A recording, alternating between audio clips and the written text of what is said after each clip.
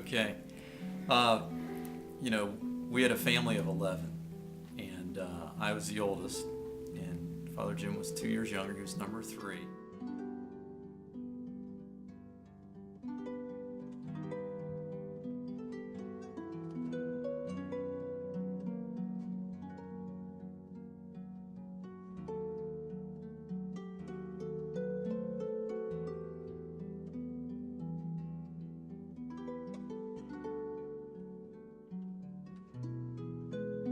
I told him, I said, yeah, Jim, I remember you as a boy. I said, you were often getting A's and getting an award. He says, Dad, do you know every year that I was in school, I was always on the A honor roll.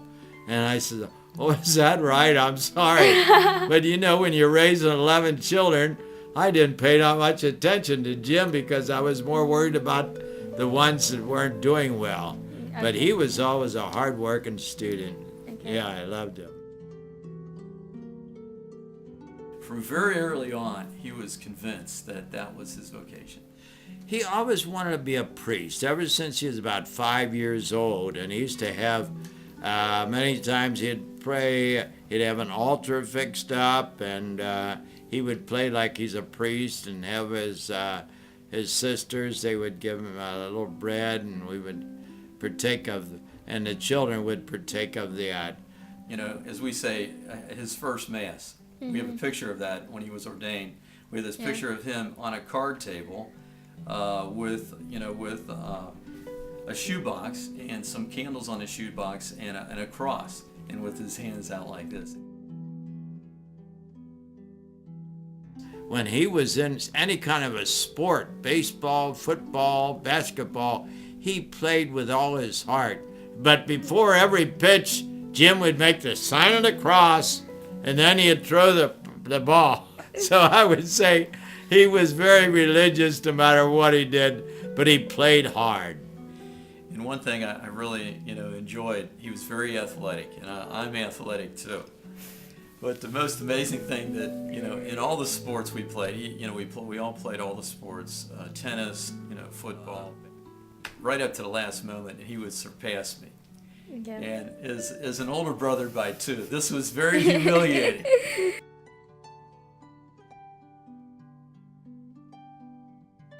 My brother was always very conscientious about being on time, and he's an excellent student.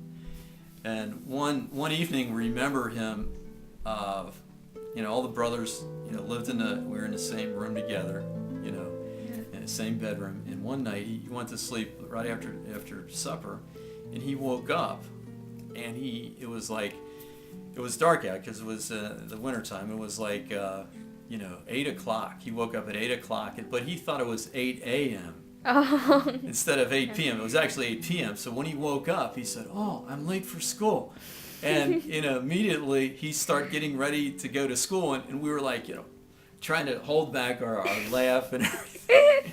And we wouldn't let anybody know in the family what he was doing, and finally he actually left to walk up to school at 8 p.m. He thought it was 8 a.m. But my mother found out, what was going on, and she said, "You call him back right away.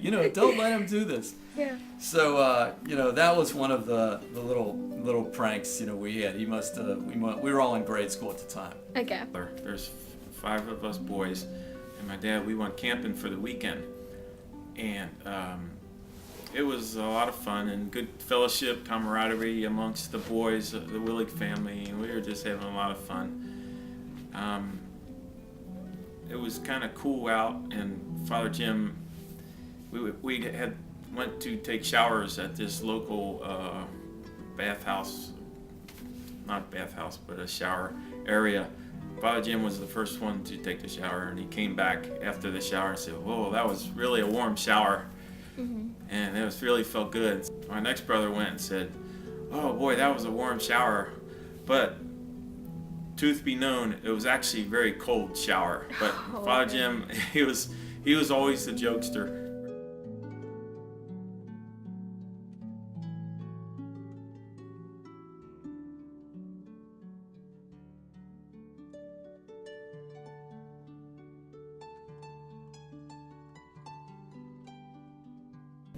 But when he got cancer, it was so devastating. He just couldn't believe it, and he was shocked because he wanted so hard to be a good priest, which he was. He was a priest for 25 years, and he loved his work.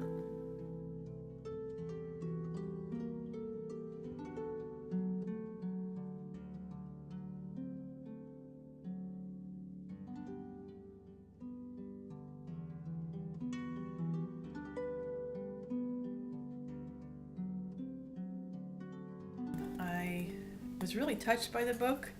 One of the 5 best books I've ever read. A lot of what Father Jim was talking about and what God was calling him to, not to just think about your suffering, but that God is walking through it with me, that I wasn't alone.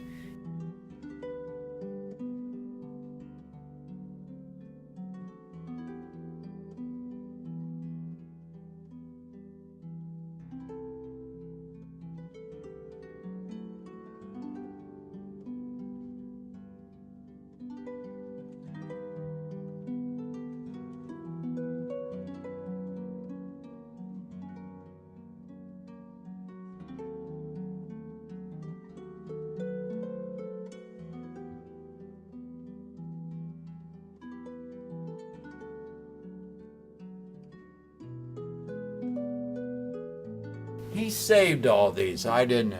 That's him in kindergarten. And there he is, a little boy. There he is in the seminary. Okay. There he is, he's working as a little boy. That's Dave and John and Jim. Okay. And this, I wrote the letter to the little sisters and said how happy I was that having another son was born, and he saved that. That's a copy of the letter I wrote to little sisters about it.